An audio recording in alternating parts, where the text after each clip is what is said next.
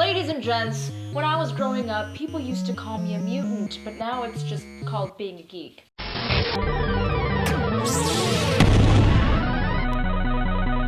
it on! X-Men Apocalypse is the 2,000 years later.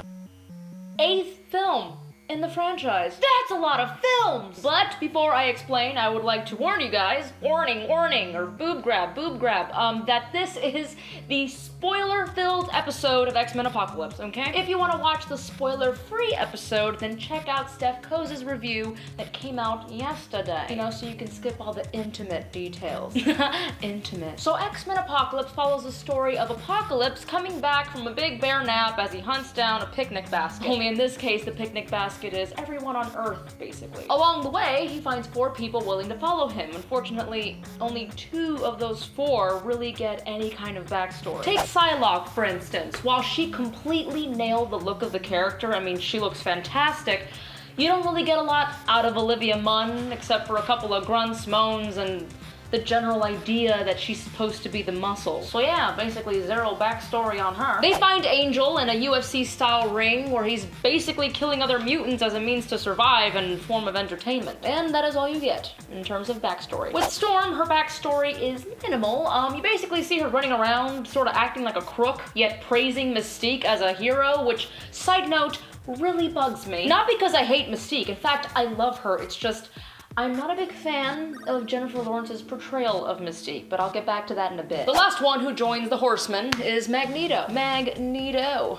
Why did I do that? Magneto, who doesn't need a lot of backstory, ironically had the most screen time out of all 4 Horsemen, especially when it came to his reasons for joining. With Psylocke, it was all like, oh hey, you wanna join us? We're all epic and powerful. With Storm, it was like, oh hey, you should join us because we totally saved you from getting your hand cut off. With Angel, it was like, hey, your wing's fucked up, want some metal ones? Cool, let's all do this! But Magneto?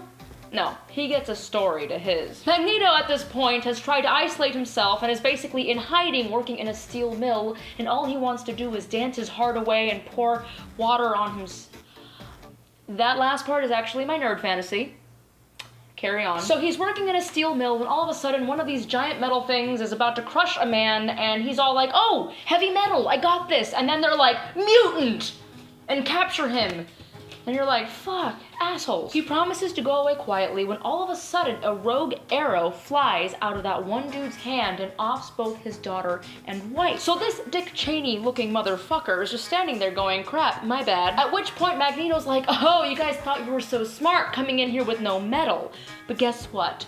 My daughter wears a chain, so you bitches are dead. Well, storytelling with Jenny. This is why I don't teach kindergarten. In my opinion, keyword, opinion, the story was weak and sadly, I wasn't overcome with the feels like I did with Days of Future Past. There was just too much going on in the film. We get the introduction of Jean Grey and Phoenix, which yes, they slide that in at the end, which was awesome. Then you also had Stryker going to Alkali Lake where Nightcrawler, Jean Grey, and Cyclops unleash Wolverine, which, did anyone question how the fuck Wolverine even got there? Because at the end of Days of Future Past, it's Mystique taking him away, not Stryker. You also had an open-ended storyline with no proper ending, and here's why. Quicksilver acknowledges that he is Magneto's kid, and while Magneto is kicking all sorts of ass, he says, I have no family left, and Mystique says, Charles and I are your family. And then he turns to Quicksilver and says, what are you here for? And he responds with, I'm here for family too. Instead of all that, I would have preferred Quicksilver say something like,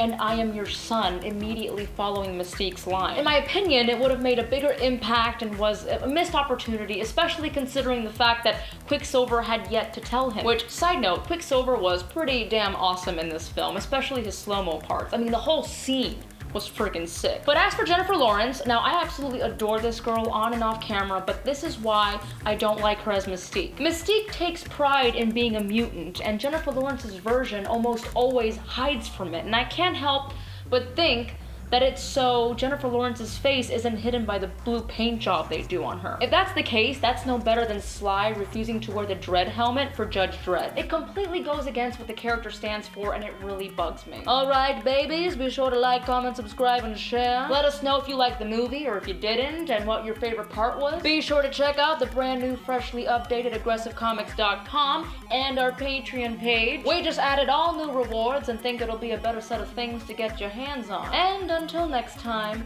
stay geeky, my friends.